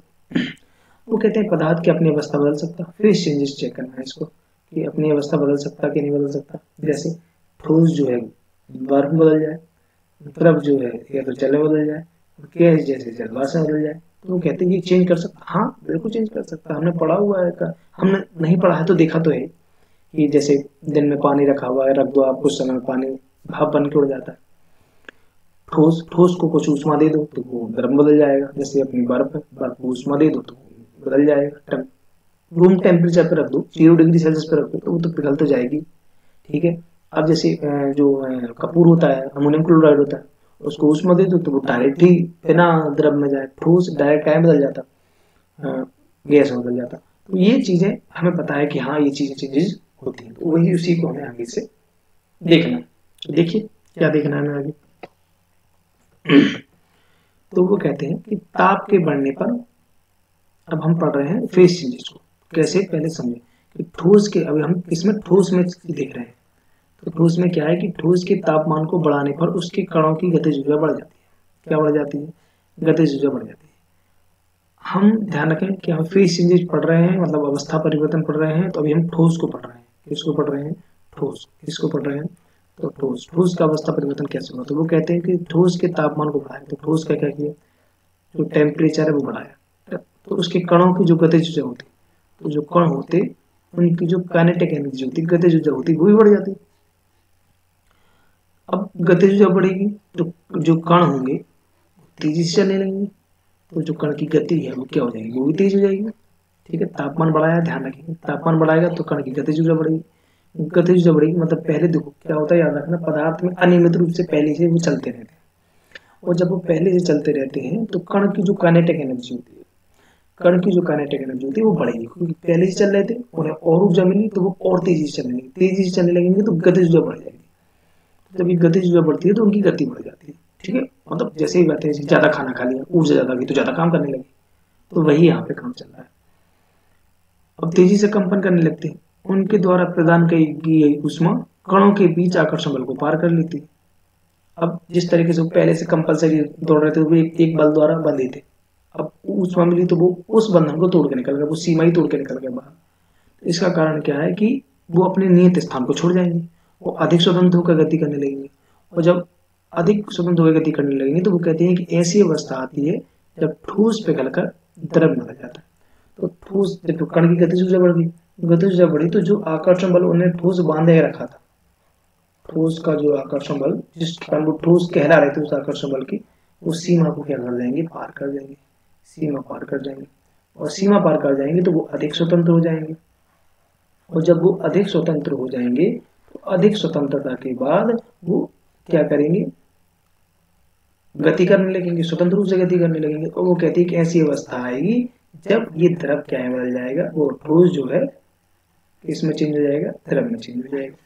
तो ये इस तरीके से मतलब ठोस कैसे द्रव में चेंज होगा, हम टेम्परेचर बढ़ाएंगे तो कण की गति ऊर्जा बढ़ जाएगी, और गति ऊर्जा बढ़ जाएगी तो उनकी गति बढ़ जाएगी। और यदि उनकी गति बढ़ती है, ठीक है, और यदि उनकी गति बढ़ती है तो उनकी गति बढ़ेगी तो आकर्षण बल भी बढ़ेगा, आकर्षण बल बढ़ेगा तो सीमा जो जो जिस बल के कारण वो बंधे हुए थे, ठोस कहला रहे थे, वो सीमा पार कर जाएंगे। सीमा पार कर जाएंगे तो बल टूट जाएगा, तो वो अधिक स्वतंत्र हो जाएंगे, अधिक स्वतंत्र हो जाएंगे तो गति करने लगेंगे, और गति करेंगे तो एक स्थिति ऐसी आएगी, ठोस क्या बदल जाएगा, द्रव बदल जाएगा। हमें इस तरीके से याद रखना है, ठीक है, क्योंकि कहीं से भी किसी भी तरह से क्वेश्चन आ सकता है। और 9th और 10th की एनसीईआरटी बहुत इंपॉर्टेंट है, आप देखेंगे, आप उठा लीजिए कहीं से भी और चेक करिए कितने क्वेश्चन इससे पूछे हुए हैं। सीधी सीधी लाइन उठा के पूछी हुई है, बड़ी ध्यान से, इसलिए एक एक लाइन को बड़ी ही डीपली तरीके से कवर करना है, हमें लाइन बाई लाइन याद हो जाए और हमें ज्यादा चीजें परेशानी ना होनी पड़े, ठीक है। आगे यहाँ भी देखो एक परिभाषा यहाँ से मिलेगी आपको गलनांक, इसकी मिलेगी अपन को गलनांक की मिलेगी, ठीक है। देख लेते हैं इसको, इन कलर चेंज कर लेते हैं अपन, और ठीक है। तो वो कहते हैं सामान्य ताप पर ठोस पिघलकर द्रव बन जाता है। सामान्य ताप मतलब जैसे अपनी बर्फ होगी, रूम टेम्परेचर 0 डिग्री सेल्सियस पर रख दो, गल जाती है, पिघल जाती है। तो वो कह रही है कि यह क्या कहलाती है, गलनांक कहलाती है। क्या कहलाती है, मतलब सामान्य ताप पर, न्यूनतम ताप पर ठोस पिघलकर द्रव बदल जाए तो क्या कहलाएगा, वो गलनांक कहलाएगा भैया। अब वो कह रहा है कि किसी ठोस का गलनांक उसके कणों के बीच आकर्षण बल की समार्थता को दिखाता है। गलनांक क्या है, वो कह रहा है कि क्या दिखाता है ये, कि कणों के बीच कितना बल, कितना सामर्थ्य, क्योंकि पिघलेगा जब उसकी सामर्थ्यता खत्म हो जाएगी। तो आकर्षण बल वो बल है जो उस कणों की सामर्थ्यता को दिखाएगा, कि जैसे ही आकर्षण बल समाप्त होगा, जैसे ही आकर्षण बल समाप्त मतलब उसकी सामर्थ्यता खत्म हो जाएगी तो आकर्षण बल समाप्त हो जाएगा और फिर वो पिघल जाएगा। आगे देखते हैं क्या कह रहा है। वो कहता है कि बर्फ का जो गलनांक है वो 273.15 या 16 केल्विन आता है। ये लगभग 0 डिग्री सेल्सियस के बराबर है। कितने डिग्री सेल्सियस के बराबर होता है, 0 डिग्री सेल्सियस के बराबर होता है। वो कहते हैं गलन की प्रक्रिया यानी ठोस से द्रव अवस्था में परिवर्तन को संगलन कहते हैं, या उसी को गलनांक कहते हैं, ठीक है। इस चीज को ध्यान रखेंगे। आगे जैसे हमने काफी चीजें यहाँ पे ये लगाया हुआ है तो आप इसको देख लीजिए। मेल्टिंग पॉइंट गलनांक कहलाते हैं इसको, है ना। तो इसको थोड़ा सा चेंज कर लेते हैं कलर, इन कलर को ले लेते हैं कुछ डार्क सा, अच्छा देखिए नीला सही दिखेगा, है ना। चलिए तो ये देखें नीला। तो वो कहते हैं मेल्टिंग क्या है, transition from the liquid solid to liquid. गलनांक क्या कहलाता है, वही अभी थोड़ी देर में पड़ा बनना, ठीक है। तो ये मेल्टिंग पॉइंट कहलाता है। यहाँ समझना, ध्यान देखिए मेल्टिंग क्या है, सॉलिड टू लिक्विड बनना। बॉइलिंग क्या है, बॉइलिंग मतलब उबलना, उबलना। क्वथनांक कहते हैं इसको, जो हिंदी भाषा होती है उसको क्वथनांक कहते हैं। क्या कहते हैं, क्वथना। तो ये क्या है, लिक्विड टू गैस उबलना, उबलना। ये मतलब क्या होगा, जैसे पानी हो गया, पानी को 100 डिग्री सेल्सियस पर गर्म कर दो तो क्या होगा, एक स्थिति ऐसी आएगी कि वो क्या करने, धीरे धीरे क्या करने लगेगा, ये उड़ने लगेगा हवा में, हवा में उड़ने लगेगा, तो उसको कहते हैं अपन क्वथन, ठीक है। फ्रीजिंग मतलब होता है जमना, ठीक है, जम जाना, फ्रीज हो जाना, फ्रीजिंग पॉइंट कहलाता है, ठीक है। इसको अपन बोलते हैं फ्रीजिंग पॉइंट को बोलते हैं अपन, इसको क्वथनांक बोलते हैं, इसको गलनांक बोलते हैं, ठीक है। और ये फ्रीजिंग जो इसको बोलते हैं अपन जमना, जम जाए, कोई चीज जम गई, जैसे लिक्विड टू सॉलिड, बर्फ का पानी क्या बदल जाए, बर्फ में बदल जाए। एवापोरेशन का मतलब होता है बाष्पीकरण। क्या होता है, बाष्पीकरण। ये क्या बताता, लिक्विड टू गैस बताता है, पानी से गैस बनने की प्रक्रिया। लेकिन देखो यहाँ और लिक्विड टू गैस, यहाँ क्या फर्क है, यहाँ क्या है कि यहाँ 100 डिग्री सेल्सियस रहेगा, मतलब जो टेम्परेचर रहेगा वो कितने डिग्री सेल्सियस रहेगा, 100 डिग्री सेल्सियस। यहाँ जो बाष्पीकरण में टेम्परेचर होता है वो न्यूनतम टेम्परेचर होता है, इसको अपन रूम टेम्परेचर बोलो, ठीक है, रूम टेम्परेचर। तो रूम टेम्परेचर पे जब लिक्विड टू गैस में बदल जाए तो कहलाती है बाष्पीकरण, एवापोरेशन। और जब 100 डिग्री सेल्सियस उसको ऊष्मा दी जाए तब वो लिक्विड टू गैस में बदले, तब वो कहलाती है बॉइलिंग पॉइंट। इस चीज को याद रखना। कंडेंसेशन होती है संघनन, इसको बोलते हैं अपन संघनन।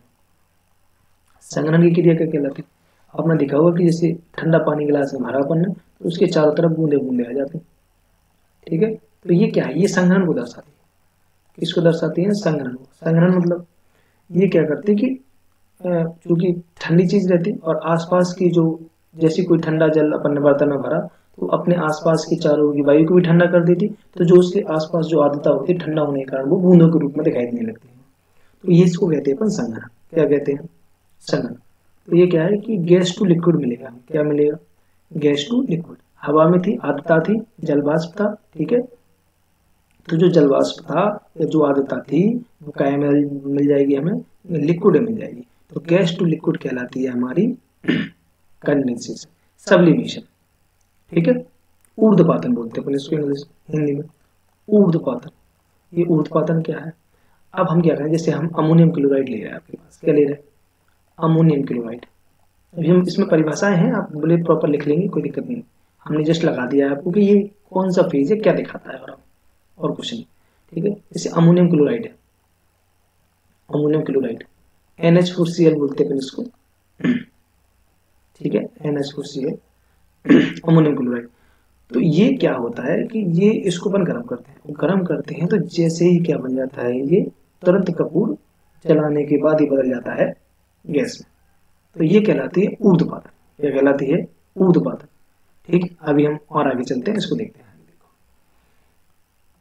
ठीक है। तो ये तो ठीक है, इसमें कोई दिक्कत नहीं। यहाँ देखते हैं, वो कहते हैं कि गलने की प्रक्रिया के दौरान कुछ ऊष्मा होती है, वो कहाँ जाती है। जैसे गलने की प्रक्रिया के दौरान आपने ध्यान दिया होगा कि गलनांक को पहुंचे, गलनांक मतलब मेल्टिंग पॉइंट, न्यूनतम तापमान पर गल जाना।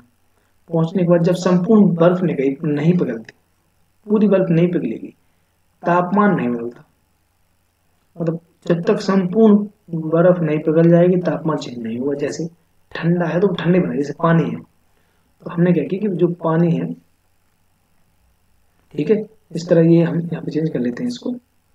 तो ये जो पानी है हम देखेंगे, तो इसे ये पानी है अपने पास, तो पानी क्या है कि सॉरी बर्फ, तो बर्फ के अंदर मतलब पानी किसी बर्तन के अंदर बर्फ भरी हुई है। अब बर्फ भरी होगी तब तक पूरी बर्फ नहीं पिघल जाएगी, पूरी तरह से बर्फ ना पिघले, पूरी तरह पिघलेगी, मतलब पूरी तरह पिघलेगी, तब पानी का टेम्परेचर धीरे धीरे यहाँ पे कम होना चालू हो जाएगा। क्या हो जाएगा, कम होना चालू हो जाएगा, ठीक है। याद रखेंगे इस चीज को। तो जब पूरी तरह से ही कम होगा तभी पानी का टेम्परेचर चेंज होगा। तो कहते जब तक पूरी बर्फ नहीं पिघलती टेम्परेचर चेंज नहीं होता, टेम्परेचर चेंज नहीं होता फिर भी क्या वो पिघल जा रही है। यही तो कह रहा है वो, बीकर को उस तापमान नहीं बदलता, क्यों बदलता, वो कह रहे बीकर को जो ऊष्मा प्रदान करते हैं अपन, जो बीकर को जो ऊष्मा प्रदान कर रहे हैं, तो जो बीकर को जो ऊष्मा प्रदान करने के बावजूद भी ऐसा नहीं होता। वो कहते कणों के परस्पर आकर्षण बल को भस्मीभूत करने, जो मतलब कणों का जो परस्पर आकर्षण बल है उसको खत्म करने, पदार्थ की अवस्था को बदलने, मतलब उसको तोड़ने और पदार्थ की अवस्था को बदलने में इसी ऊष्मा का उपयोग होता है। और ये जो ऊष्मा है, जो ये ठोस के अंदर थी या बर्फ के अंदर थी, उसको अपन कहते हैं गुप्त ऊष्मा या प्रसुप्त ऊष्मा। कहते हैं चूंकि तापमान ने बिना किसी की वृद्धि दर्शाए इस ऊष्मीय ऊर्जा को बर्फ अवशोषित कर लेती है, और यह माना जाता है कि यह बीकर में ली गई सामग्री में छुपी रहती है। इसे अपन गुप्त ऊष्मा कहते हैं, या यहाँ गुप्त का मतलब छुपी हुई। अब गुप्त ऊष्मा की परिभाषा इसको नोट डाउन कर लेंगे यहाँ से, ठीक है, कि वायुमंडलीय दाब पर 1 किलोग्राम ठोस को उसके गलनांक पर द्रव में बदलने के लिए जितनी ऊष्मा चाहिए, जितनी ऊष्मीय ऊर्जा चाहिए, वो कहलाती है प्रसुप्त ऊष्मा। मतलब हमें क्या करना हो कि जैसे हमें 1 किलोग्राम कोई ठोस लेना हो, 1 किलोग्राम बर्फ लेना हो, और उसको सामान्य जो वायुमंडलीय दाब होता है जो अपन 1.013 इंटू 10⁵ पास्कल होता, ये पास्कल, ठीक है, इतना टाइम मतलब जो एटमॉस्फेरिक प्रेशर लगा होता है ATM, 1 ATM, तो एक वायुमंडलीय दाब पर 1 किलोग्राम ठोस को उसके गलनांक पर, गलनांक मतलब गलना, पिघलना या गलना, उबलना नहीं, 100 डिग्री सेल्सियस पर, तो room temperature normal 0 degree Celsius मान लो। चलो बर्फ का गलनांक हमने भी थोड़ी देर पहले ही पढ़ा है कि बर्फ का गलनांक कितना होता है, 0 डिग्री सेल्सियस, या उसी को बोलते हैं अपन 273.16 केल्विन, ठीक है, 273.16 केल्विन। तो ये 273.6 केल्विन क्या है, ये इसका गलनांक है। तो वो कहते हैं कि गलनांक में द्रव में बदलने के लिए, अब गलनांक है, टेम्परेचर चेंज नहीं हो रहा, फिर बर्फ घुल रही, तो बर्फ घुलने के लिए जो जितनी उसमें मुझे लग रही है ना, वो अपन कहलाएगी प्रसक्त ऊष्मा। वो कहते हैं अर्थात 0 डिग्री सेल्सियस पर जल के कणों की जो ऊर्जा है उसी तापमान पर बर्फ के कणों की ऊर्जा से देखते हैं। तो वो कहते हैं 0 डिग्री सेल्सियस पर जो जल के कण की ऊर्जा है, जल की ऊर्जा है, वो उसी तापमान पर 0 डिग्री सेल्सियस पर बर्फ के कणों की जो ऊर्जा है उससे ज्यादा होती है। इसको याद रखिएगा, ठीक है, इंपॉर्टेंट पॉइंट है ये इंपॉर्टेंट पॉइंट है। यहाँ से ये भी इंपॉर्टेंट था परिभाषा, और यहाँ से ये भी इंपॉर्टेंट पॉइंट है, ठीक है, याद रखेंगे इसको, याद ये गलनी को याद रखेंगे। गलनांक हो गया, ठीक है। आगे बस सुनिए, आगे वो कहते हैं जब हम जल में ऊष्मा देते हैं, अब हम बाहर से ऊष्मा दे रहे हैं, ध्यान की बात रखना, तो जो कण होते हैं जल के वो अधिक तेजी से गति करने लगेंगे।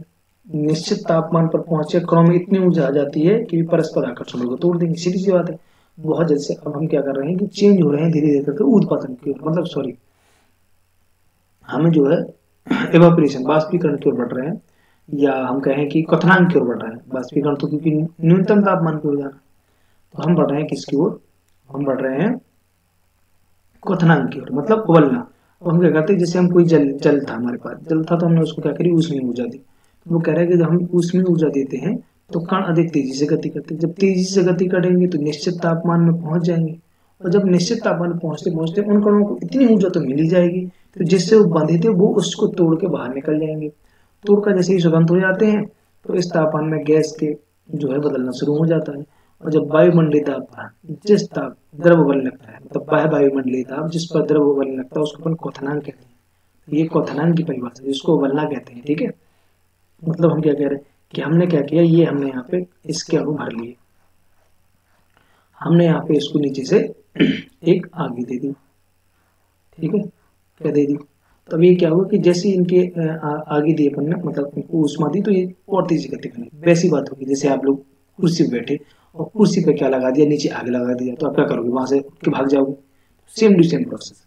तो उन्होंने जैसे उसको ऊर्जा दे रहा, जितनी तेज ऊर्जा दे रहा, तो वो कण उतनी तेजी से गति करने लगेगी, तेजी से गति करने लगेंगे। तो और उनमें ऊष्मा देते चले जाए, तो एक समय ऐसा आएगा कि धीरे धीरे क्या होगी, इनके पास बहुत ज्यादा ऊष्मा आ जाएगी, ठीक है, बहुत ज्यादा ऊष्मा आ जाएगी। और जब बहुत ज्यादा ऊष्मीय ऊर्जा आ जाएगी, तो ज्यादा ऊष्मीय ऊर्जा के कारण वो जिस बल से बंधे हुए थे उसको तोड़ देंगे, और तोड़ देंगे तो फिर ये क्या करेंगे, धीरे धीरे, अब धीरे धीरे क्या होगा, तोड़ देंगे तो अभी हटने लगेंगे वहां से, और जैसे ये हटने लगेंगे तो फिर ये कहाँ पहुंच जाएंगे, धीरे धीरे ये गैस में बदलना चालू हो जाएंगे। और इसको ही कहते हैं अपन क्वथनांक, क्या कहते हैं, क्वथनांक कहते हैं, इसको याद रखेंगे।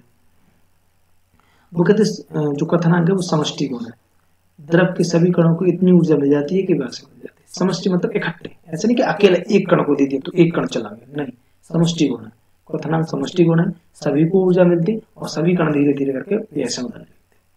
वो कहते हैं जल के लिए यह क्या है, 273 केल्विन है, 373 केल्विन, मतलब 273 केल्विन तो 0 डिग्री सेल्सियस होता, तो 273 वो एक 5 छोड़ देते हैं और 100, तो ये टोटल जब बल देंगे तो 373 केल्विन मिल जाएगा। जबकि अभी हम बताएंगे आपको कि मतलब सेल्सियस से केल्विन में जाना है, ठीक है। तो 273 प्लस, ठीक है, 210 केल्विन में जाना है कि C प्लस 273 कर दो, 273। जैसे हमने C का 100 दिया तो K का मान कितना हो जाएगा, 100 प्लस 273, K का मान हो जाएगा 373। इसको याद रखेंगे, ठीक है। अभी हम और आगे बदलना भी सिखा देंगे, कोई दिक्कत नहीं।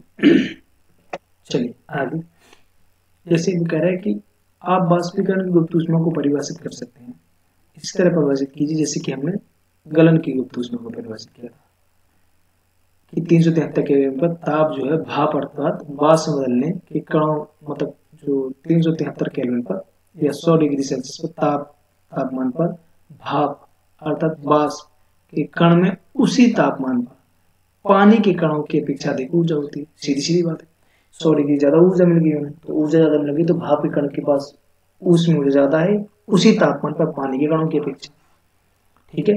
इसी ऐसे इसलिए क्योंकि भाप के कण में बाष्पीकरण की गुप्त ऊष्मा के रूप में अतिरिक्त ऊष्मा अवशोषित हो जाती है। तो भाप के कणों में बाष्पीकरण के कारण जो अपने आसपास की ऊर्जा भी दे रही होगी ना उसे, तो वो ज्यादा ऊर्जा होगी। पहले जल में थी तो जो उनकी गुप्त ऊष्मा बन रही थी वो अब कम हो जाएगी, किससे? गैस के अणुओं की गुप्त ऊष्मा से। क्यों? क्योंकि ऊष्मा तो उतनी मिली उन्हें, लेकिन जब वो वाष्प बना रहे थे तो अपने आसपास की भी ऊष्मा को भी कवर कर रहे थे, तो उनके पास जो ऊष्मा आ गई उसको कहते हैं अपन गुप्त ऊष्मा। किसकी? वाष्पीकरण की गुप्त ऊष्मा कहलाती है। जैसे वो कहते हैं ठोस में हम ऊष्मा देंगे तो क्या मिल जाएगा? द्रव में। और द्रव में ऊष्मा देंगे तो क्या मिल जाएगा? गैस में। जो कहते हैं गैस को ठंडा करेंगे तो द्रव बदल जाएगा, द्रव को और ठंडा करेंगे तो फिर वापस ठोस बन जाएगा। अतः हम कह सकते हैं कि तापमान बदलकर अवस्था, एक पदार्थ की अवस्था से दूसरी अवस्था तक बदल सकते हैं। हमने सीखा कि गर्म करने पर पदार्थ अवस्था बदल जाती है, गर्म होने पर ये ठोस, द्रव और गैस बन जाते हैं। लेकिन कुछ ऐसे पदार्थ हैं जो द्रव अवस्था में परिवर्तित हुए बिना ठोस अवस्था से सीधे गैस बदल जाते हैं। इसी को अपन कहते हैं सब्लिमेशन या ऊर्ध्वपातन। द्रव अवस्था में परिवर्तित हुए बिना ठोस बदलने की प्रक्रिया। क्वेश्चन है बिल्कुल यहाँ से, ऊर्ध्वपातन मतलब जो पूछ सकते परिभाषा डायरेक्ट आ जाती है, तो यहाँ से ये क्वेश्चन था पूरा कि ऊर्ध्वपातन क्या है। ऊर्ध्वपातन डैश करके अपन लिख सकते हैं कि द्रव अवस्था में परिवर्तित हुए बिना ठोस का सीधे गैस अवस्था और वापस ठोस बदलने की प्रक्रिया क्या कहलाती है भैया? ऊर्ध्वपातन कहलाती है। ये दिख रहा होगा आपको, डायरेक्ट क्या बदल जा रहा है? गैस। ठीक है, सॉलिड आइस है, ड्राई आइस है, इसे अपन ड्राई आइस भी कहते हैं।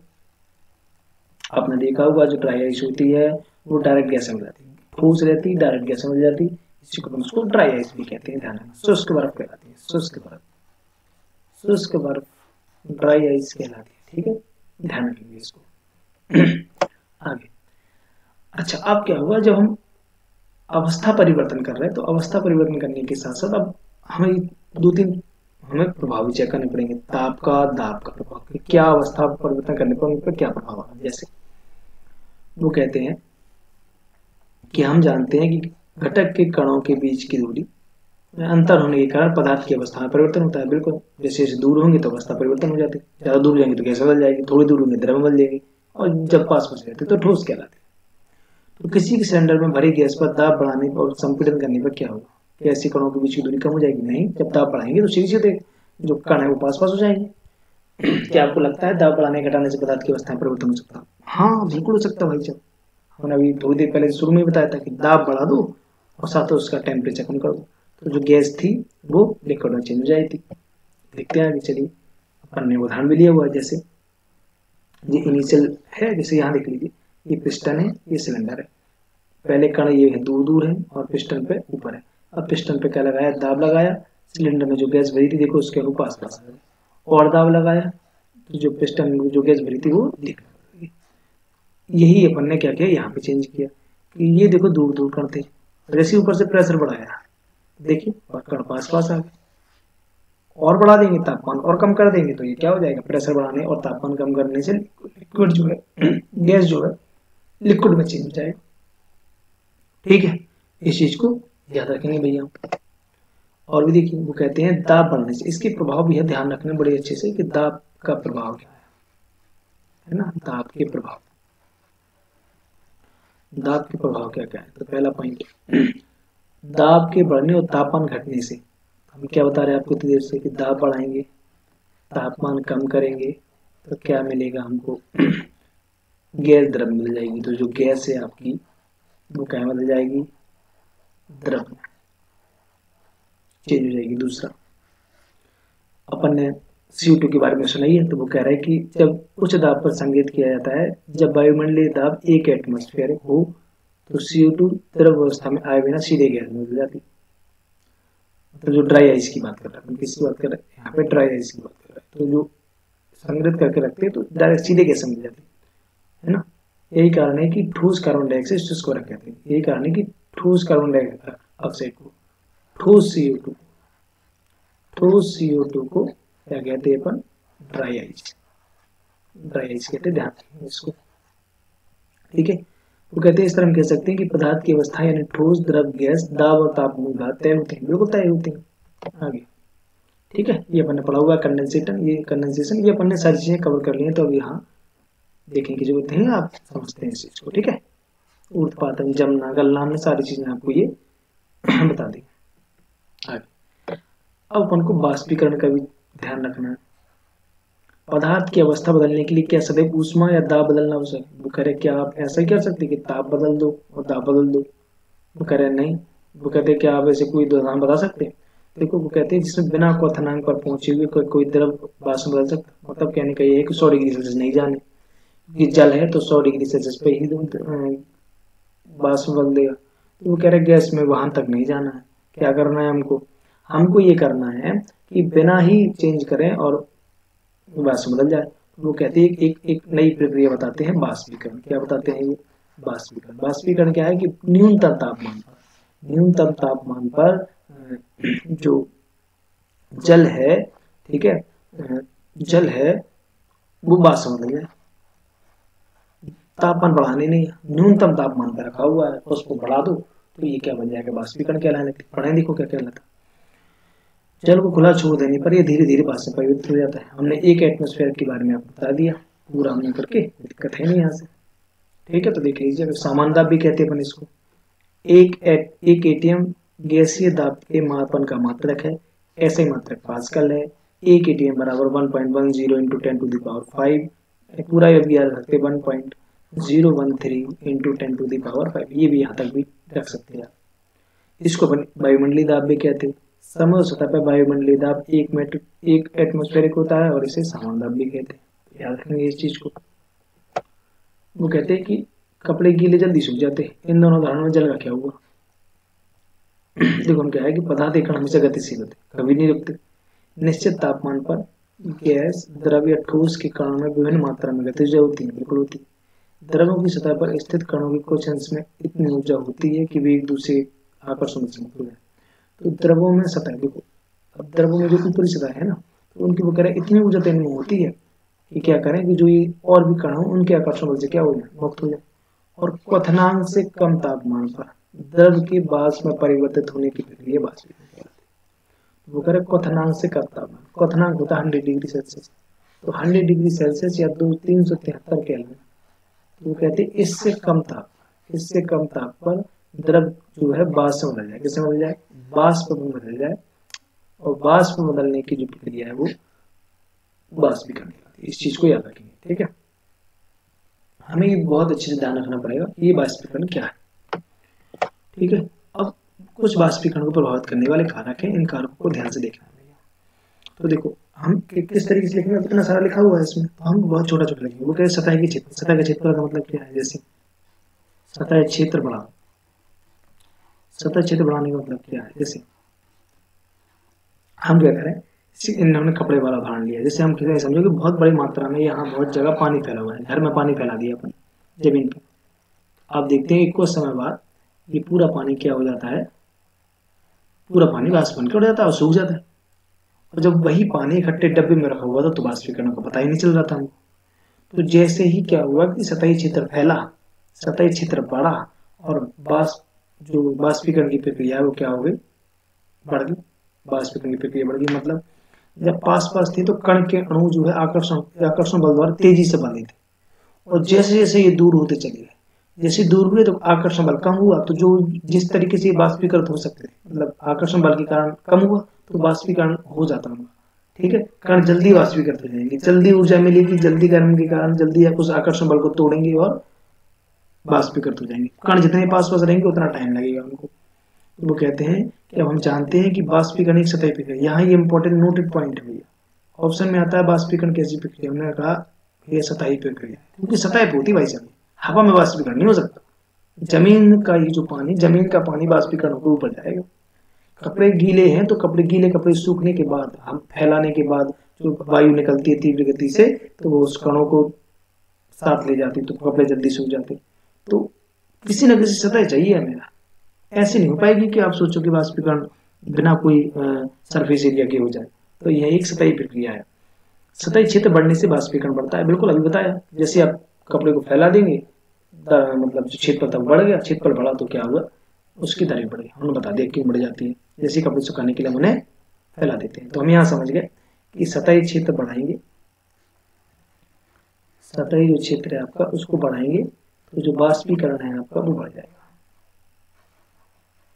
बाष्पीकरण बढ़ जाएगा या बाष्पीकरण की दर बढ़ जाएगी। दूसरा पॉइंट देखते हैं क्या कह रहा है।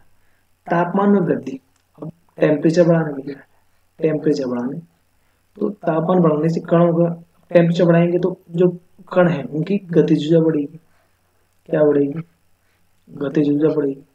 और जब गतिज ऊर्जा बढ़ेगी तो ये तेजी से गति करेंगे, तो जो आकर्षण बल लगना था वो टूट के बाहर अलग स्वतंत्र रूप से गति करने लगेंगे, तो फिर तेजी से जो है वो बाष्पीकरण, तो बाष्पीकरण की दर बढ़ जाएगी, तो बाष्पीकरण बढ़ जाएगा।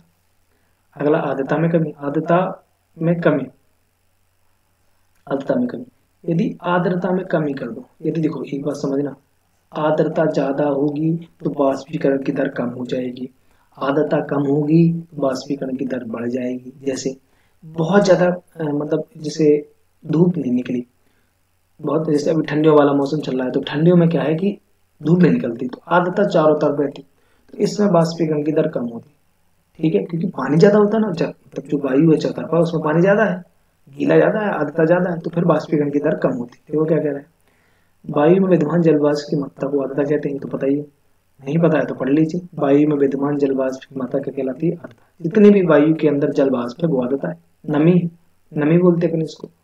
किसी निश्चित तापमान पर हमारे आसपास की वायु में एक निश्चित मात्रा ही जलवाष्प होती है, और जब वायु में जलवाष्प के कणों की मात्रा पहले से अधिक हो जाए, क्या कह रहे हो कि जलवायु में जलवाष्प की मात्रा पहले से अधिक हो जाए, मतलब आर्द्रता ज्यादा हो जाए तो बाष्पीकरण की दर घट जाएगी, और यदि आर्द्रता कम हो जाएगी तो बाष्पीकरण की दर बढ़ जाएगी। बाष्पीकरण क्या हो जाएगा, और यदि आर्द्रता बढ़ेगी तो बाष्पीकरण की, आर्द्रता कम हुई सॉरी, तो बाष्पीकरण की दर बढ़ जाएगी, और जब आर्द्रता बढ़ेगी तो जो बाष्पीकरण है अपना वो क्या हो जाएगा, बाष्पीकरण कम हो जाएगा। ठीक है, याद रखेंगे इस चीज को। अब वायु में गति में वृद्धि, इसका तो हम आपको पहले अभी एक बात में बोल गए थे कि हम जानते हैं कि तेज वायु में कपड़े जल्दी सूख जाते, क्यों, वायु की तेजी होने से जलवाष्प के कण वायु के साथ उड़ जाते हैं, जिससे आसपास के जलवाष्प की मात्रा घट जाती है। इसको भी याद रखेंगे कि भैया वायु में गति बढ़ाओगे, तो जो कण होंगे वो वायु की गति के साथ उड़ जाएंगे, कण उड़ जाएंगे तो बाष्पीकरण क्या हो जाएगा भैया, बढ़ जाएगा, और कपड़े जल्दी सूख जाएंगे भाई से। तो ये कुछ एग्जाम्पल हैं, इनको याद रखना पड़ेगा हमें। ठीक है, चलिए आगे बढ़ते हैं। बाष्पीकरण शीतलता का भी कैसे काम करती है, जैसे खुले ठंडियों में कूलर चला दिया, वो ठंडी कैसे काम करने, तो ठंडा क्यों लगने लगता है। देखिए वो कहते हैं कि खुले हुए बर्तन में द्रवों में निरंतर बाष्पीकरण होता है, बाष्पीकरण के दौरान कम हुई ऊर्जा को पुनः प्राप्त करने के लिए जो द्रव के कण होते हैं वो अपने आसपास की जो ऊर्जा होती है उसको अवशोषित कर लेते, इस तरह आसपास से ऊर्जा अवशोषित होने के कारण शीतलता हो जाती।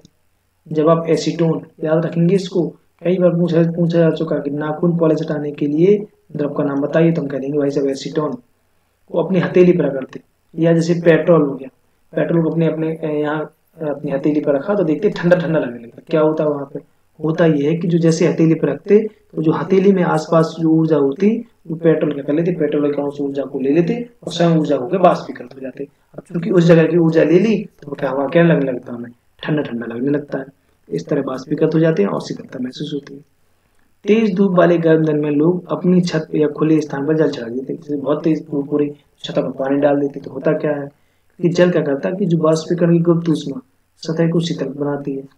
ठीक है, तो वो कहते हैं और भी आप बता दे सकते, कई उदाहरण हो सकते हैं बाष्पीकरण के। ठीक है, और भी गर्मी में हमें सूती कपड़े पहनने चाहिए, है ना, क्यों पहनने चाहिए, क्योंकि हमें क्या है कि गर्मी में सूती कपड़े पहनने चाहिए, बाष्पीकरण की दर का ध्यान रखना, उसमें शीतलता आती रहती।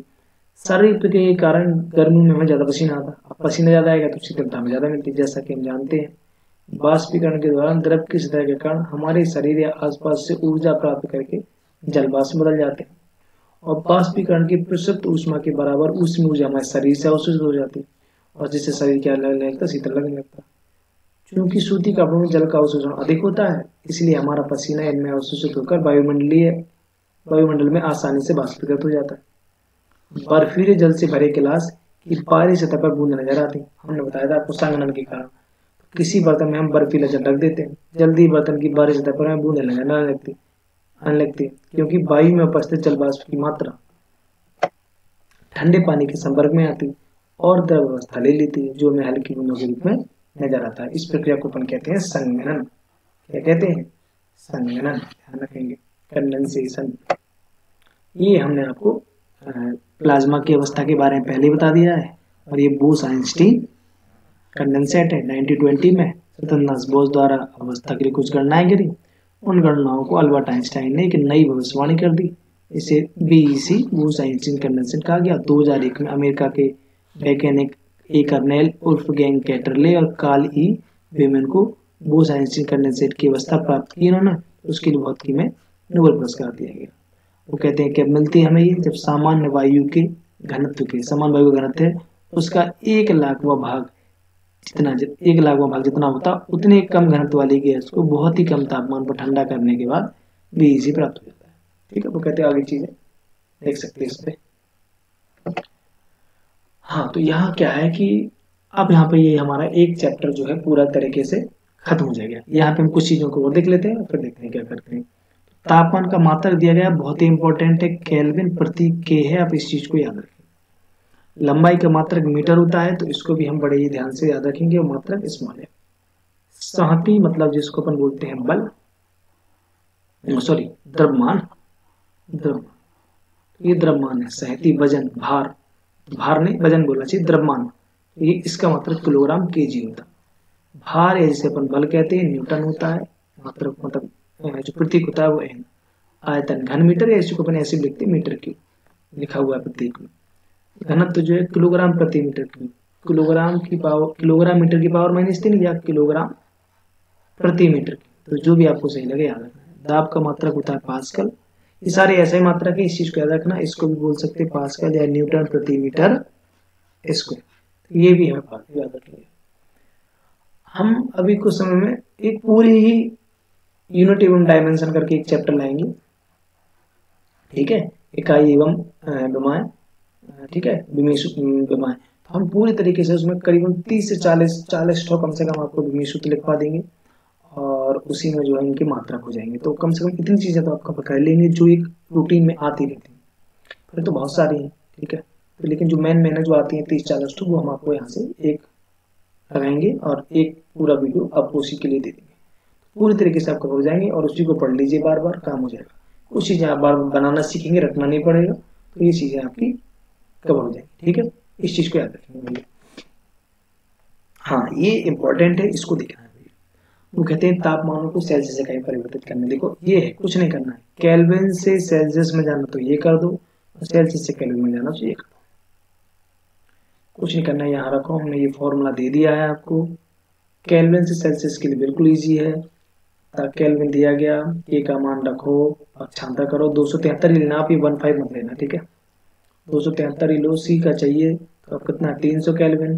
300 केल्विन के की जगह रखी, 273 पक्षांतर करा, इस तरफ ले आए और घटा दिया, तो करीब वहां पास 27 बचेगा डिग्री सेल्सियस। 573 है तो यहाँ 573 लिख लो, और 273 से घटा दो तो 300 केल्विन आ जाएगा, 300 डिग्री सेल्सियस आएगा। ठीक, तो ये निकला है, ज्यादा उसमें कोई बड़ी बात है नहीं। हाँ, केल्विन वाली, केल्विन इकाई परिवर्तित करना है, तो 25 में 273 जो तो सीधा यहीं के, तो हमें पता चल जाएगा। 373 में 273 जो तो केल्विन बदल गया भैया, जो ये चेंज हो गया। अब आपको कभी कभी आ सकता है कि फ़ारेनहाइट दे देगा और तुमसे कहेगा कि सेल्सियस में बताओ, सेल्सियस दे देगा, फ़ारेनहाइट में बताओ। तो अपन को ये ध्यान रखना है, ये पूरा फॉर्मूला हमने आपको दे दिया है, नोट कर लीजिएगा ध्यान से। ठीक है, नोट कर लीजिएगा, जरूरी है। ठीक है, और ये आपका यहाँ से हो जाएगा, है ना, इस चीज को याद रखिएगा। चलिए, तो और भी है। तो ये तो जल की भौतिक अवस्था क्या है, 25 डिग्री सेल्सियस पे नॉर्मल टेम्परेचर पे है, रूम टेम्परेचर है। 0 डिग्री सेल्सियस है 100 डिग्री सेल्सियस पे, ये इसे यहाँ तो बाद से बदलने लगेगा। 0 डिग्री सेल्सियस है तो पूरी तरह से पानी भी नहीं होगा, क्योंकि 0 डिग्री सेल्सियस पर जो बर्फ होती है वो पूरी तरह से पिघलती नहीं। ठीक है, तो लिक्विड ही समझ लेते हैं। और ये पूरी तरह से लिक्विड, ये रूम टेम्परेचर होगा तो ये लिक्विड हो जाएगी बिल्कुल से। ठीक है, और ये द्रव और मतलब बर्फ, मतलब ठोस का मिक्सचर रहेगा यहाँ पे। ठीक है, गलनांग वाला एरिया, तो याद रखेंगे इस चीज को। ठीक है, तो भौतिक अवस्था क्या है, तो ये हो गया है यहाँ पे। ठीक है, और हाँ, ये बड़ा इंपॉर्टेंट है, इसको भी देख लेना आपको। जैसे कि हमने क्या किया है कि ये बॉइलिंग पॉइंट है, उबलना क्वथनांक, ये ह्यूमन बॉडी का टेम्परेचर है, ये क्या है कि इस वाले एरिया पे घनत्व अधिकतम होगा और भी मिनिमम होगा। ये फ्रीजिंग पॉइंट है, जमता है जब, और ये जिसको हिमांक कहते हैं, वहाँ नाम नहीं ध्यान आ रहा, यहाँ हिमांक बोलते हैं। फ्रीजिंग पॉइंट को क्या बोलते हैं, फ्रीजिंग, फ्रीज को हिमांक। तो 0 डिग्री सेल्सियस पर, तो यहाँ पे जैसे यहाँ था ना कि 0 डिग्री सेल्सियस पे क्या आ जाएगा, तो ये हिमांक जमा हुआ रहेगा। हिमांक अवस्था, जल की अवस्था कैसी है, हिमांक जमी हुई, फ्रीजिंग है, फ्रीज है भैया। यहाँ पे वाष्प है, ठीक है, 100 डिग्री से यहाँ पे क्या है, लिक्विड है। जैसे चलिए फ्रीजिंग पॉइंट, जल का फ्रीजिंग पॉइंट जो है अपने पास 0 डिग्री सेल्सियस, केल्विन में आएंगे तो 273 आ जाएगा, फॉरेनहाइट पे आएंगे तो 32 डिग्री फॉरेनहाइट आ जाएगा, और यहाँ पे रीमर है ये, तो ये 0 डिग्री रहेगा। 4 डिग्री सेल्सियस पर आयतन न्यूनतम होता है, याद रखें, घनत्व अधिकतम होता है, लिखा हुआ है। अब 4 डिग्री सेल्सियस को अपन ने केल्विन में बदल दिया, कुछ 273 में 4 जोड़ दिए, ये फॉरेनहाइट में चेंज करने के लिए दिया गया है, और ये रीमर है। Human body temperature 37 degree Celsius होता है, इसका केल्विन में इतना होता है, ठीक है। इसको यार, इसको आपको पढ़ना है, ये 90 डिग्री सेल्सियस हम पता है, हम जब भी थर्मोमीटर चेक करते हैं तो वहाँ पर रहता है, ये रीमर स्केल है, ठीक है, रीमर स्केल है। ये 100 डिग्री सेल्सियस है, तो इसको बॉइलिंग पॉइंट कहते हैं, उबलना। तो इसको ये जो है हमें कहाँ मिलेगा, ठीक है, 373 है, ध्यान रखेंगे, ठीक है। और ये 310 है, ये 810 नहीं है, 310 है, ध्यान रखना भैया। ये 373 केल्विन है, ठीक है। तो ये केल्विन में, ये फॉरेनहाइट में, और ये, तो इस चीज को बड़ा ही ध्यान रखना है, पढ़ना है अच्छे से, इसको ध्यान रखना है, बहुत इंपॉर्टेंट है। ये चारों तो में मतलब ये वाला हिस्सा तो याद होना ही चाहिए, ठीक है, इसको, ठीक है। तो हमारा यहाँ ये जो है, ये जो है हमारा लेक्चर जो 1 था, अध्याय 1, यहाँ पे हमने क्या कर लिया है, कवर कर लिया। अब हम क्या करने वाले हैं, नेक्स्ट जो आएगा वो लेसन 2 पे आएगा, ठीक है। लेसन 2 इसी तरीके से डिटेल में कवर करेंगे, डिटेल में, कि हमसे जो अगर क्वेश्चन आता है तो हमसे कोई क्वेश्चन छूटेगा, ठीक है, क्वेश्चन कवर हो जाए तो देखेंगे, हम आपको दिखाएंगे कि डायरेक्ट क्वेश्चन यहाँ से बन रहे हैं, ठीक है, क्या देखेंगे, तो कोई दिक्कत वाली बात नहीं है, आगे समझ में, ध्यान से अपन इसको पढ़ते चलेंगे और काम करते चलेंगे, ठीक है, डन। और अगर आपको वीडियो सही लगे तो आप शेयर करें, और ठीक है, मिलते हैं नेक्स्ट वीडियो में।